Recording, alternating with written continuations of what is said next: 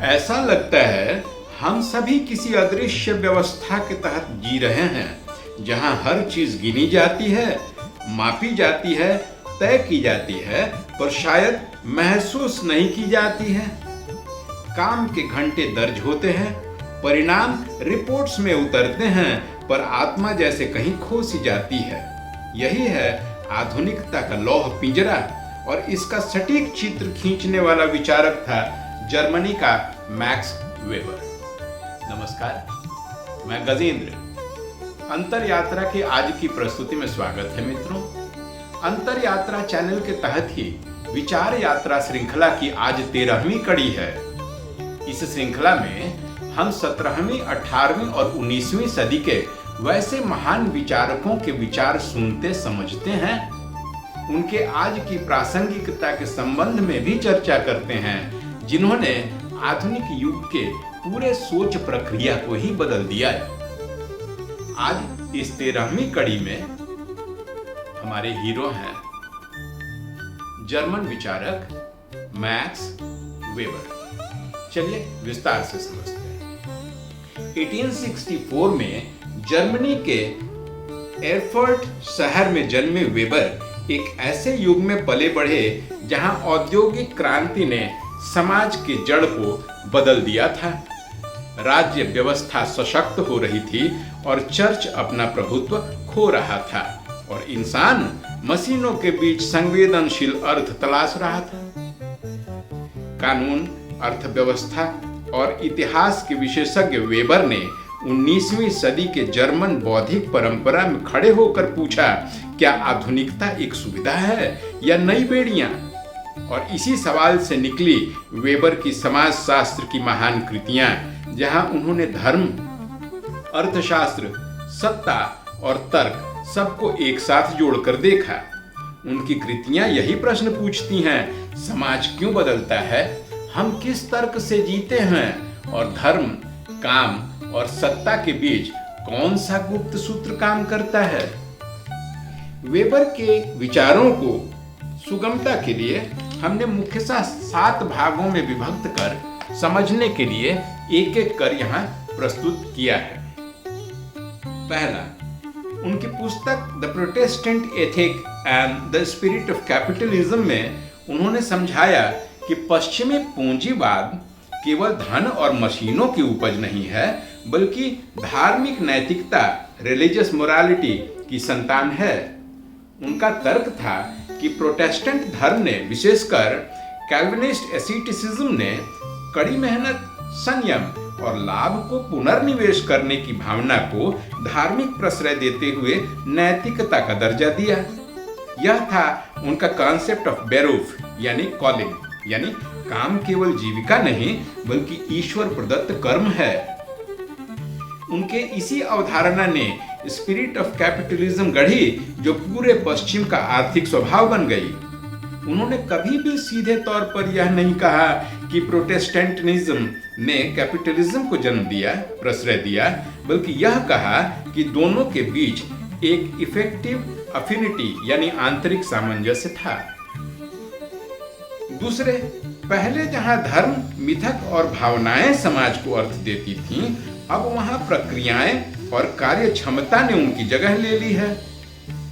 यही उनका दूसरा कंसेप्ट उभर के आता है, जब उन्होंने कहा कि रैशनलिज्म ही आधुनिकता का भाग्य है, यानी सब कुछ गणनात्मक, कार्य प्रणाली आधारित और मापने योग्य बन जाता है, कैलकुलेटिव एंड मेजरेबल।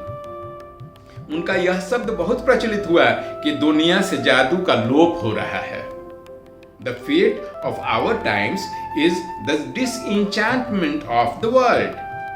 आज जब एल्गोरिथम्स हमारे निर्णय लेते हैं, KPI हमारे मूल्य तय करती हैं और हर काम टाइम शीट में दर्ज होता है, हम धीरे धीरे उसी वेबर की डिसइंचैंटमेंट की व्यवस्था में तो आ गए हैं ना।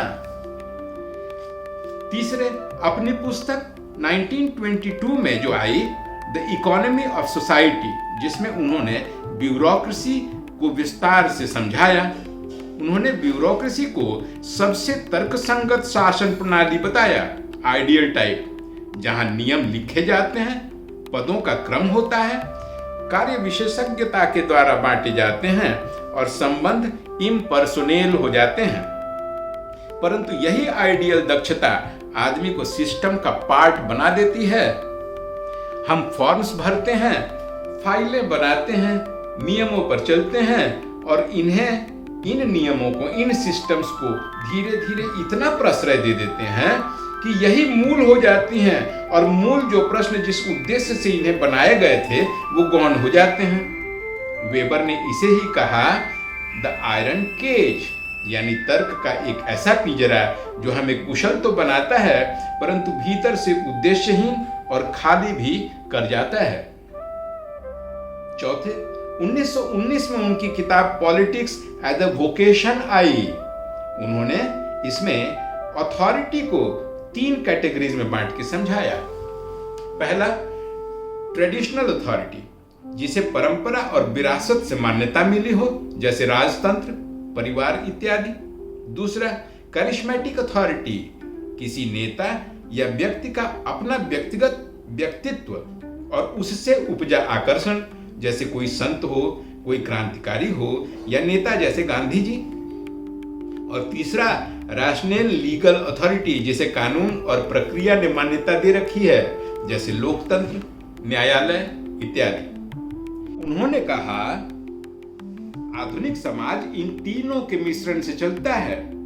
आज के नेता करिश्मा का उपयोग कर लोकतांत्रिक संस्थाओं को प्रभावित करते हैं, यानी पारंपरिक भावनाएं, करिश्मा और तर्क तीनों का संघर्ष जारी है। अपनी पुस्तक इकोनॉमी ऑफ सोसाइटी में उन्होंने सोशल स्ट्रैटिफिकेशन के कॉन्सेप्ट को स्पष्ट किया, समाज को समझने की एक नई अंतर्दृष्टि दी।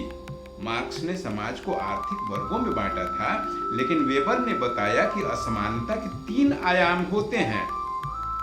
पहला क्लास यानी आर्थिक स्थिति, दूसरा स्टेटस यानी सामाजिक सम्मान और तीसरा पार्टी यानी राजनीतिक शक्ति। उदाहरण, एक व्यवसायी के पास आर्थिक शक्ति तो है परंतु सामाजिक स्टेटस नहीं भी हो सकती है, जबकि एक अफसर के पास सामाजिक स्टेटस तो होती ही है परंतु आर्थिक शक्ति का अभाव भी हो सकता है। भारत में यह समझ सबसे जरूरी और प्रासंगिक हो जाता है जहां जाति, वर्ग और पार्टी तीनों मिलकर सत्ता की संरचना बनाते हैं। छठवां कॉन्सेप्ट, वेबर ने समाज शास्त्र को केवल आंकड़ों का विज्ञान नहीं बल्कि अर्थ का विज्ञान कहा है। अगर किसी काम के अर्थ को समझना है, स्पिरिट को समझना है, तो उसके पीछे के सब्जेक्टिव मीनिंग को यानी स्पिरिट को समझना आवश्यक होता है। यहीं पर उनका प्रसिद्ध सिद्धांत मुखर होता है, वर्स्टेहेल यानी एम्पैथिक अंडरस्टैंडिंग।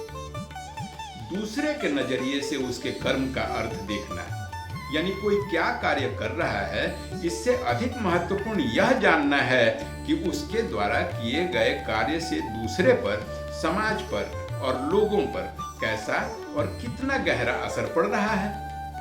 उन्होंने आइडियल टाइप का तरीका भी बताया। आदर्श तरीका क्या है किसी काम को करने का?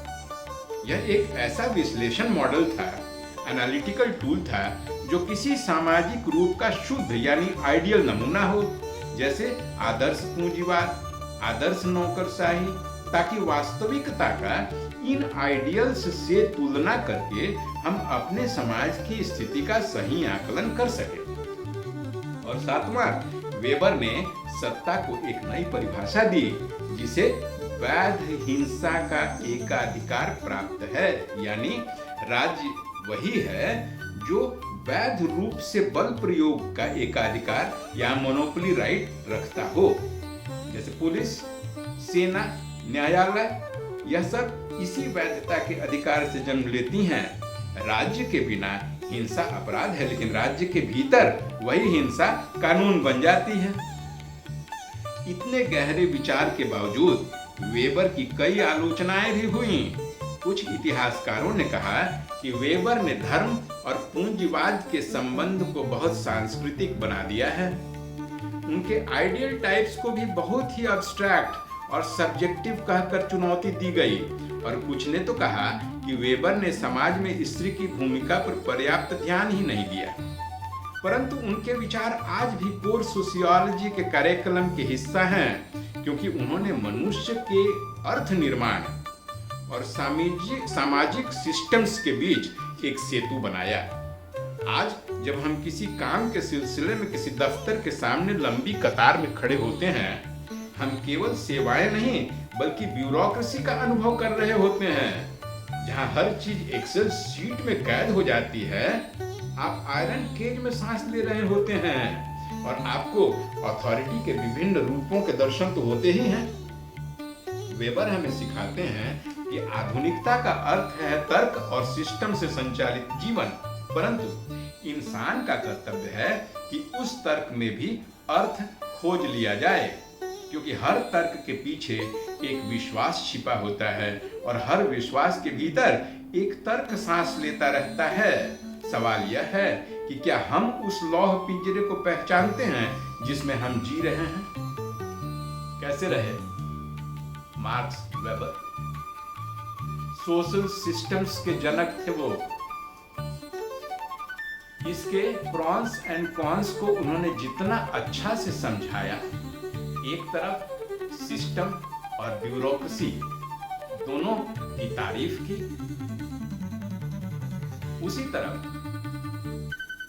लौह पिंजरा के रूप में उसे प्रस्तुत करके उसकी बुराइयों की ओर भी अंगत किया और दोनों में सामंजस्य स्थापित किया। समाज के अर्थ को भी समझा और सिस्टम्स को भी। आपको उनकी कौन सी बात अच्छी लगी? कमेंट बॉक्स में जरूर बताइएगा। हम आपके कमेंट्स का इंतजार करते हैं और अगले शनिवार हम एक और महान विचारक के साथ विचार यात्रा की 14वीं कड़ी लेके आएंगे और इस बीच अंतर यात्रा की विभिन्न कड़ियां आती ही रहती हैं। आपसे मुलाकात होती रहेगी। आज के लिए इतना ही मित्रों, नमस्कार।